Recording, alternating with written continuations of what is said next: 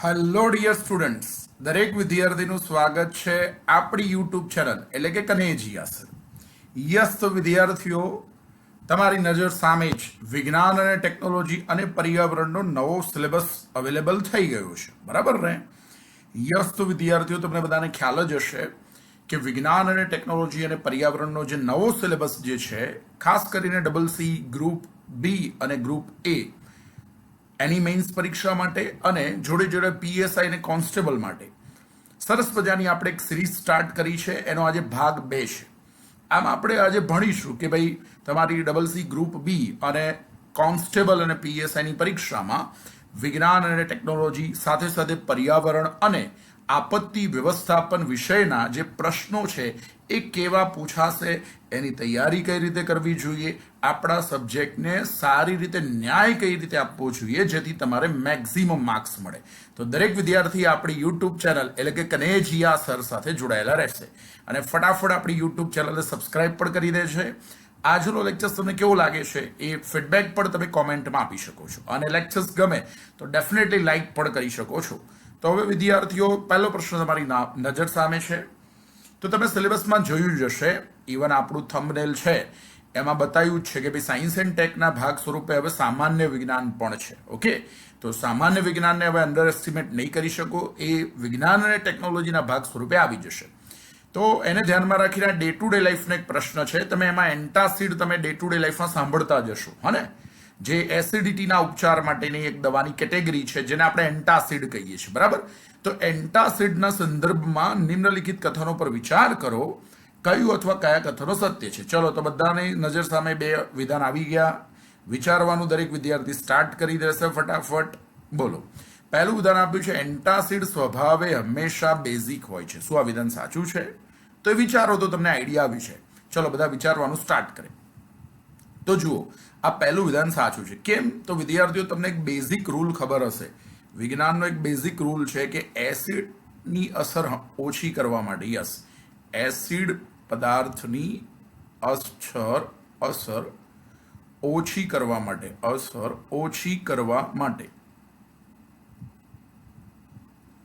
હંમેશા, યસ વિદ્યાર્થીઓ, એસિડ પદાર્થની અસર ઓછી કરવા માટે, મતલબ એને ન્યુટ્રલાઇઝ કરવા માટે, એની અસર ઓછી કરવા માટે હંમેશા બેઝિક પદાર્થ જરૂરી છે. બેઝિક પદાર્થ જરૂરી છે. તો આ તમને બેઝિક આપણો સાયન્ટિફિક રૂલ છે એ ખબર હોવો જોઈએ. તો આ સાયન્ટિફિક રૂલ તમને ખબર હોય તો ઘણી બધી જગ્યાએ કામ આવશે. તો વિદ્યાર્થીઓ, આપણા પ્લેટફોર્મ એટલે કે કનેજીયા સર પ્લેટફોર્મ પર બધું સમજાવવામાં આવશે. તો જુઓ, તો આ એક કન્સેપ્ટ તમને ખબર હોવું જોઈએ કે કોઈ પણ એસિડિક પદાર્થ હોય વિદ્યાર્થીઓ, એની અસર ઓછી કરવી હોય તો હંમેશા બેઝિક પદાર્થની મદદ લેવામાં આવે. બોલો, આટલું ક્લિયર થયું બધાને? તો વિચારો, હવે એસિડિટી થઈ એવું ક્યારે કહેવાય કે જ્યારે આપણા જઠરની અંદર, તમને બધાને ખબર છે, જઠર રસમાં મંદ HCl હોય છે, બરાબર? પણ હવે કોઈક કારણોસર HCl નું જરૂર કરતાં વધારે સિક્રેશન જો આપણા જઠરમાં થાય તો ઇટ્સ કોલ્ડ એસિડિટી. તો એવું કહી શકાય કે આપણા જઠરમાં એસિડિટી થઈ. તો હવે એસિડિટીની અસર ઓછી કરવી હોય તો સ્વાભાવિકપણે હવે એસિડિટીની અસર ઓછી કરવાની છે. બિલકુલ, અસર ઓછી કરવાની છે.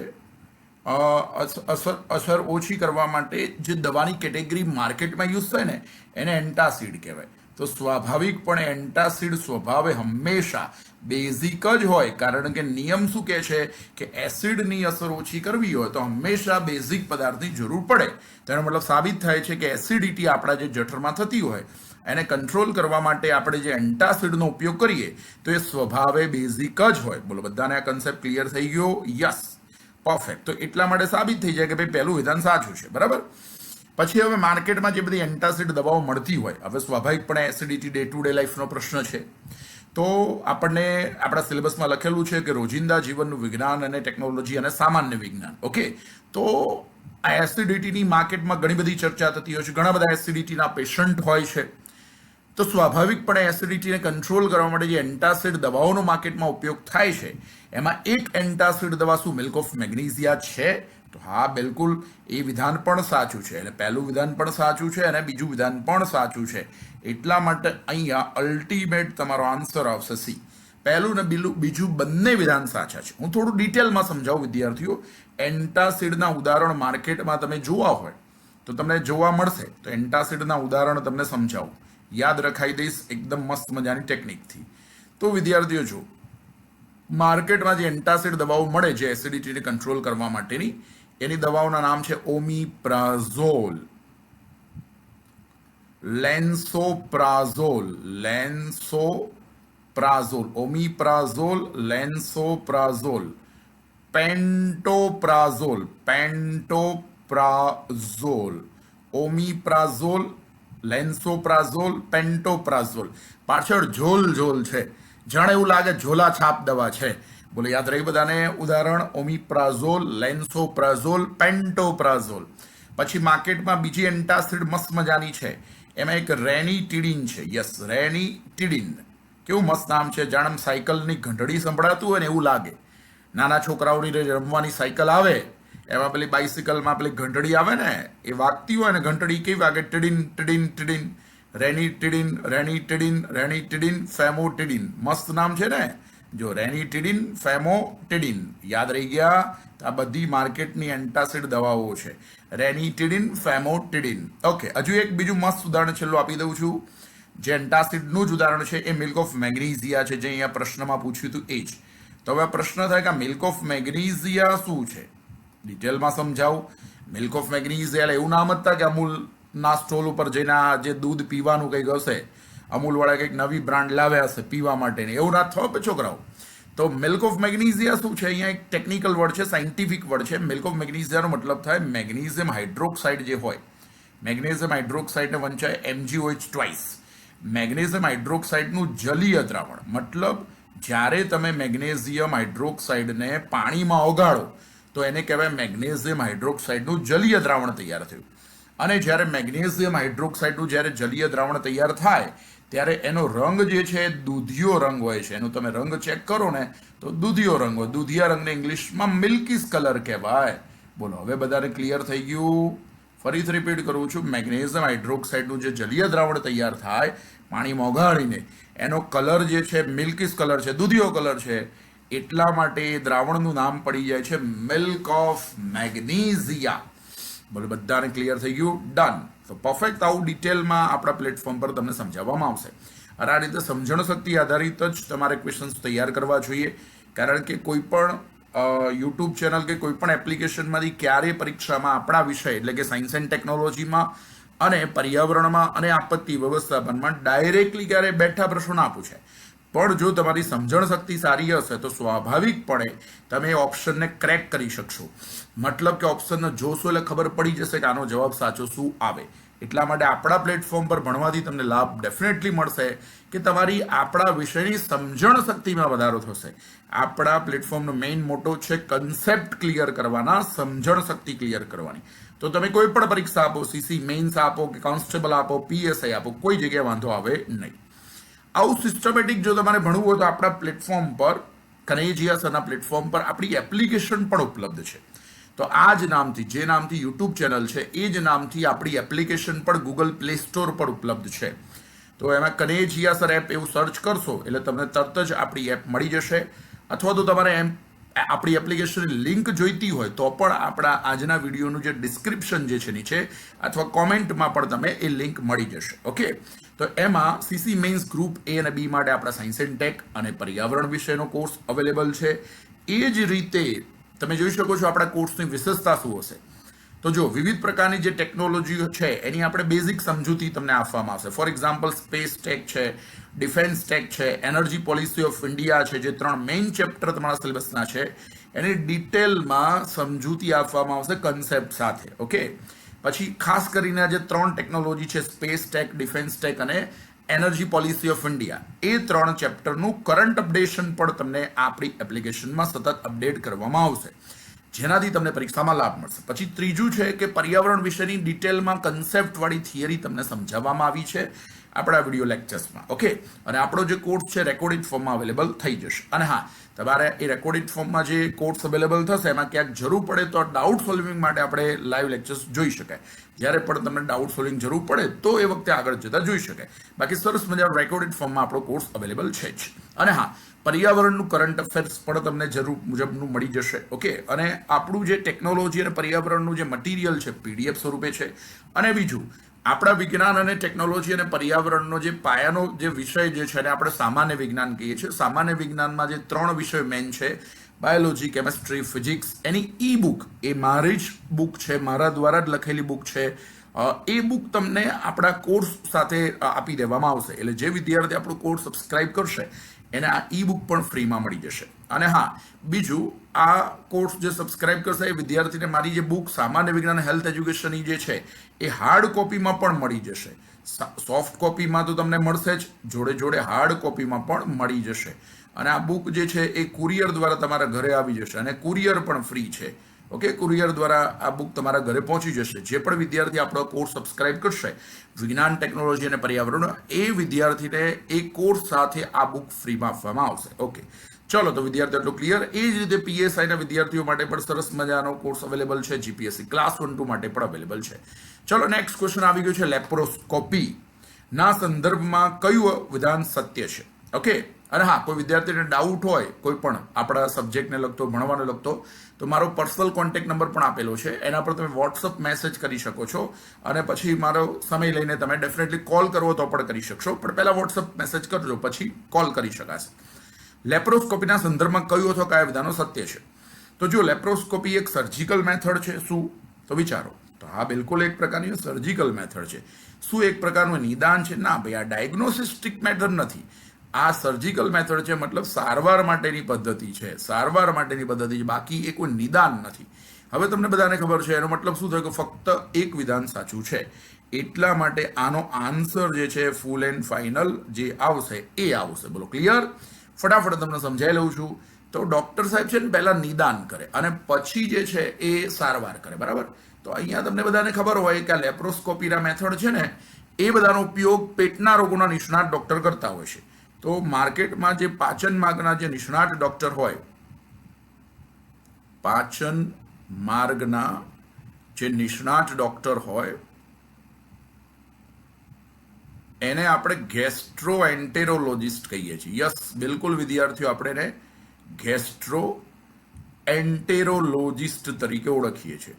અને આ ડોક્ટર જોડે જાઓ ને એટલે 2 મેથડ તમને ઓફર કરશે. એક કરશે એન્ડોસ્કોપી. હા, એન્ડોસ્કોપી નિદાન છે.